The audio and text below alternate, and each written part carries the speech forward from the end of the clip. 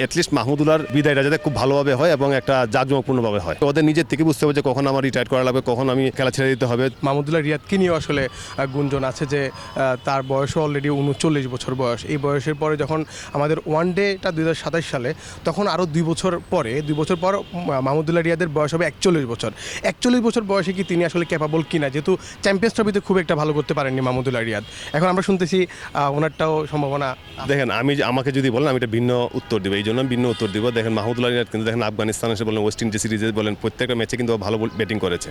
তো আপনি যদি দেখেন একটা সিরিজ দেখে কিন্তু মাহমুদুল্লাহ রিয়াদকে কিন্তু আপনি মানে বাদ দেওয়াটা আমার কাছে মনে হয় যে ঠিক হবে না। বিকজ অফ আমাদের এখনও যে ওয়ানডে টিম, আমরা কিন্তু বেশ কয়েকটা ম্যাচে কিন্তু ওয়ানডে আমরা খুব একটা ভালো খেলছি না। তো এজ এ এক্সপিরিয়েন্স প্লেয়ার হিসেবে আমি মনে করি একটা এক্সপিরিয়েন্স প্লেয়ার থাকে। আপনি যদি বলেন মেজবাউল হক 43 বছর পর্যন্ত খেলে গেছেন বা এরকম এক্সাম্পল হতে পারে, বাট সব কিছু ঊর্ধ্বে হচ্ছে ফিটনেস এবং পারফরমেন্স। আমি মনে করি মাহমুদুল্লাহ রিয়াদ আপনি চ্যাম্পিয়ন্স ট্রফি ছাড়া কিন্তু গত 6 মাস কিন্তু ওয়ানডে ক্রিকেট মানে খুবই ভালো একটা 100 করেছেন। তো সব কিছু চিন্তা করলে আমি মনে করি যে অ্যাটলিস্ট মাহমুদুল্লাহর বিদায়টা যাতে খুব ভালোভাবে হয় এবং একটা জাঁকজমকপূর্ণভাবে হয়। আমাদের পঞ্চপাণ্ডব যে কথাটা আপনারা খুব কাছ থেকে দেখেছেন, বা তাদের 5 জনের সাথে আপনি খেলেছেন, পঞ্চপাণ্ডবের কেউই আসলে মাঠ থেকে সেভাবে বিদায় নিতে পারেনি। এটাতে আসলে কীভাবে দেখছেন আসলে?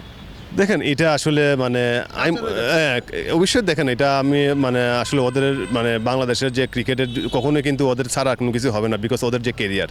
তো যদি মাঠ থেকে বিদায় নেওয়াটা কিন্তু আসলে খুবই মানে উচিত। আমি যেটা বলি যে সত্যি কথা উচিত ছিল যে আসলে মুশফিকের মতো, সাকিবের মতো, মাশরাফিদের মতো ওরা অবশ্যই মাঠ থেকে বিদায় নেওয়া, এটার বাড়ি থেকে বিদায় নেওয়ার এটার এনভায়রনমেন্টটা কিন্তু ভিন্ন। বাট যেহেতু এই জিনিসটা হচ্ছে না, এটা একটা মানে কালচারে বলতে পারেন যে আসলে।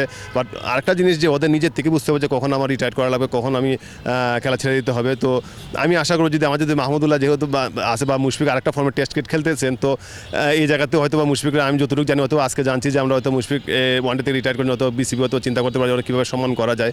বাট এখন দেখেন, এখন কিন্তু বিসিবি কিন্তু দেখেন যে যারা তামিমকে প্রপার একটা সম্মান দেওয়া, সবার একটা সম্মান দেওয়া, আগে কিন্তু হয়তো এরকম ছিল না। বাট এখন কিন্তু ডে বাই ডে কিছুটা হলে পরিবর্তন হচ্ছে।